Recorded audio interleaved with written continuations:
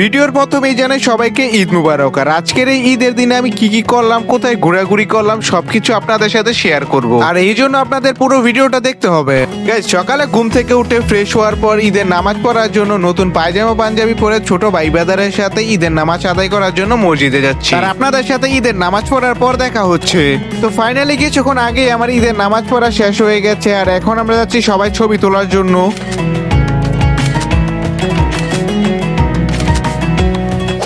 Guys, এখন আমি যাচ্ছি শাকিব খানের বরবাদ মুভি দেখার জন্য। আর আমি একাই সিনেমা হলে দেখতে যাচ্ছি, আর আমার সাথে যে আসতে চেয়েছিল তার একটি সমস্যা হয়েছে, এই জন্য সে আসতে পারেনি। তো ফাইনালি এখন আমি চলে এসে পড়েছি সিনেমা হলের সামনে। আরেকটি কথা, এই মুভিটি শুরু হওয়ার সময় ছিল 3টায়, আর আমি চলে এসে পড়েছি 2টায়। কারণটি হলো বেশি এক্সাইটেড ছিলাম, এই জন্য আগে আগে চলে এসে পড়েছি। তো যাই হোক, বেশি দেরি না করে ভিতরে গিয়ে টিকিট নিয়ে নেওয়া যাক। তো এইখান থেকে আমি টিকিটটা নিয়ে নিলাম, আর এই টিকিটটার মূল্য হচ্ছে মাত্র 150 টাকা। আর এখন আমি সিনেমা হলের ভিতরে বসে এই বরবাদ মুভিটা দেখছি। আর আপনারা যারা যারা এই বরবাদ মুভিটা দেখেছেন তারা আমার কমেন্টে বলে যাবেন। আসলে এই মুভিটা বাংলাদেশের one of the best movie ছিল, আর আমার কাছে খুবই ভালো লেগেছে। তো আজকের এই ভিডিওটা এই পর্যন্তই, দেখা হচ্ছে নেক্সট ভিডিওতে।